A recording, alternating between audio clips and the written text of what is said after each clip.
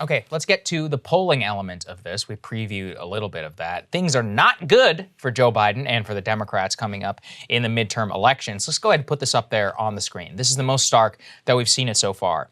Do you approve of Joe Biden? Overall, 38% yes, 53% no. Just to give people context, that's a Trump level number in terms of disapproval and of approval, in terms of the hard disapproval and the hard approval there. So amongst independents, it's 32-60. Then you look at other critical demographics. White college, 50-45. That's not nearly high enough for where it needs to be. Consider the new constituency of the Democratic Party and especially of the swing vote with suburban. White non-college is at 23-69. He won over 30% of white non-college educated voters in the election, so in a deficit there already, and again, actually a critical group. And the Hispanic number underwater there at 42-51. So you've got three distinct constituencies: white college-educated voters, white non-college educated voters, and Hispanics, all of which you are either underwater or not even close to the level that you actually need to be. And increasingly, it just seems like we're headed for another type of Obamacare situation, Krystal, because the reconciliation package, they polled it in this Quinnipiac poll. It says 62% of Americans support the bipartisan infrastructure bill, 57% support the $3.5 trillion only spending bill. But again, it reminds me of the Obamacare thing. The White House at the time would always say, well, see, when you take Obama's name out of it, it's popular. And it's like, yeah, but Obama's name is on it. And in a hardened cultural political environment, it's going to be one of those things where who benefited most, for example, from like Medicaid expansion? It was red states. It was like poor people in red states. And a lot of those people still voted Republican because they're culturally conservative, watch Fox, whatever. And you shouldn't blame them. It's more about the lack of the ability to actually reach them. But you have to consider this in a hardened cultural political environment. And I think that's exactly what's happening here. The White House has, just foolishly, I think, let the conversation be, well, 1.7, 1.9. That means nothing to people. A $200 million program could mean everything to people if it meant you're going to be able to get dental work or not, right? Like, hey, your kid who's been suffering for like 13 years might actually be able to go like get braces. Like Biden seems to be, every once in a while, the rare times when he speaks and he's lucid, he will pivot more in this direction.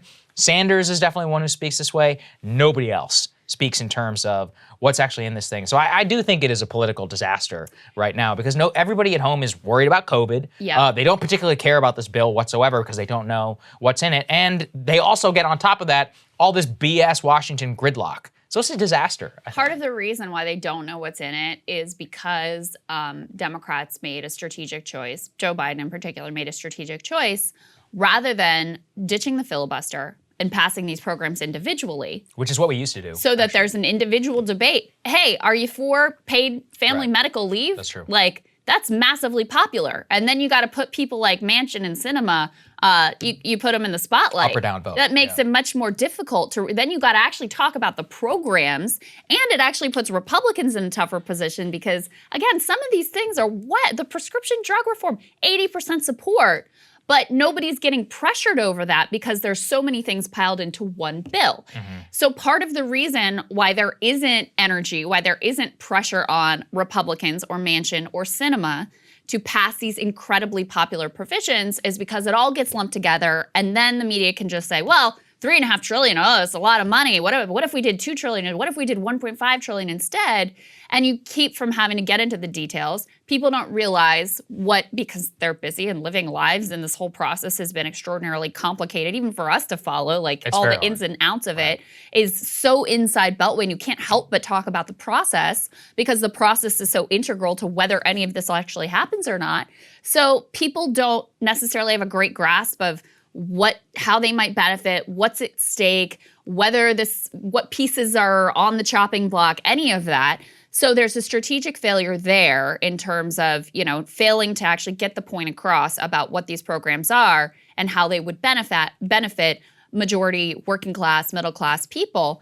And you also just have a country that doesn't feel great about where we are. And some of that's Biden's fault. Some of it's just, the trajectory of COVID, et cetera. But one of the things in this poll is about 3/4 of Americans say they're either somewhat dissatisfied or very dissatisfied with the way things are going in the nation today. And so if people don't feel good about their job prospects, they don't feel good about COVID, they don't feel good about the situation with their kids at school, or all of those things, then it's going to reflect on the president. And some of this definitely is his fault because he had that window at the beginning. He had a honeymoon period where people felt pretty good about him. He had some momentum behind him, and then he allowed his program to get completely bogged down. He made a series of tactical and strategic errors, which have led to this very, very unpopular situation. And again, caveats. This is one poll.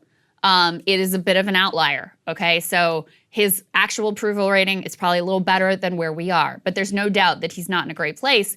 And I would rather have Trump-type numbers, even though they were a little lower on the approval rating, because the people that approved of Trump really loved that guy. Loved him, yeah. The people who approve of Biden, they're like, he's fine, you know? So 2/3 of the people who voted for him did so explicitly. They said the number one reason was that he wasn't Trump. yeah. Most people voted for Trump were like, I love this guy. Yeah. So when you're thinking about a midterm election, which are historically already extraordinarily difficult for the party in power, you know, and you've got a group of, you're already underwater, and then the people who do support you are kind of like, meh, he's fine, I guess, he's doing okay. That's a really bad situation to be in. You would rather have these super, like slightly lower numbers, but super energized, hardcore enthusiasm, because those people are going to turn up, those people are going to organize, those people are going to do the work.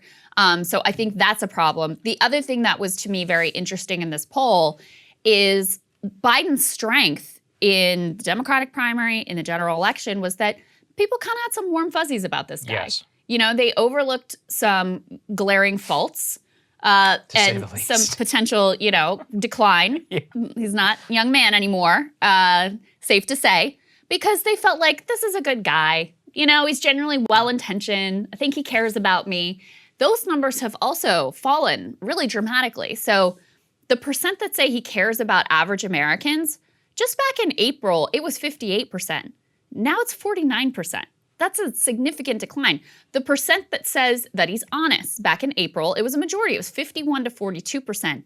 Now he's underwater on are you honest? It was 44% yes, 50% no. Do you have good leadership skills? Used to be, he had good numbers here. 52% said yes, 44% said no. And again, just in April. Now you've got 41% saying yes and 56% saying no. So you've got a reversal of all these numbers that used to be pretty solid for him and were even better for him at the beginning of his administration. April was already a few months in. Very solid for him and allowed him to kind of get away with some things. People no longer have that halo around them or those warm fuzzies. And that's a big problem. And that was one of the things that kept Obama in office and got him reelected, was that people just kind of liked him. You know, the Republican attacks, the demonization of him. Obviously, it worked with a core base, but people generally thought, like, I kind of like this guy, I enjoy listening to him. He's kind of funny, like he's got a good vibe to him. And so they forgave some of the things that they weren't happy with and ultimately put him back in office. Biden losing an edge on these personal characteristics, maybe it shouldn't matter, but it does matter a lot. Oh, it matters incredibly because you're right. Most people who voted for Obama, a lot of people in 2012 were like, my personal situation is not improved whatsoever.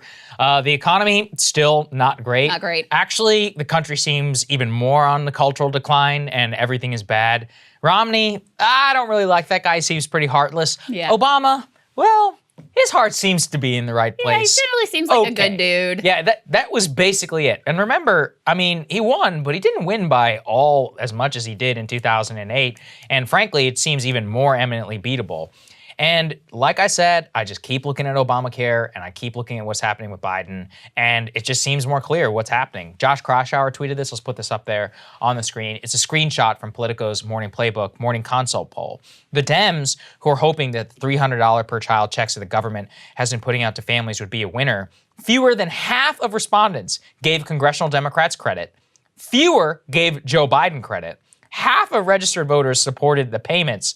Only 35% wanted to make them permanent. So this is what happens when the culture war actually runs into real policy, which is that I will bet you if you were to ask people, did this personally make a difference in your life? People would be like, oh yeah, absolutely. They're like, but what about the Democrats who passed them? Like, oh, I can't stand them. They want to X, Y, Z, whatever. And again, I'm not criticizing. I'm giving you an example of how difficult it is in order to enact policy, and any policy, in an incredibly fractious political age, and especially with the political choices, like you said, that Biden administration has made over the last couple of months and letting it devolve into this morass, it just seems very clear that even their signature legislative achievement is just going to run into the buzzsaw of most people are like, I do not have confidence in this man, and I do not have confidence in this party in order to not even deliver, do anything of which I can understand. 1.9, 1.2, 2.8.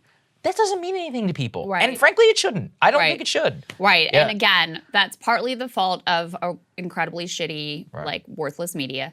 But it is also the fault of Democrats who have chosen this tactical direction of lumping a whole bunch of things together and then passing them all as one through the reconciliation process rather than nuking the filibuster and passing them one by one so that you have a debate about the individual provisions. Because that's the real thing that stands out here is that a lot of people don't even realize it was Democrats that did this for them, right? They don't get that this was a signature priority of the Democratic caucus. And I don't blame them for that because these things were all lumped together and it hasn't been, it was crazy. Right, it hasn't been like a central focus of we did this and Republicans are gonna take it away. There hasn't been effective messaging around that. And you're kind of in the same place with the reconciliation bill. The one thing I dissent from on your comparison to Obamacare is the reconciliation bill is actually a lot more popular than Obamacare was when, by the time Obamacare actually passed. Yeah, it was probably in the 40s, right?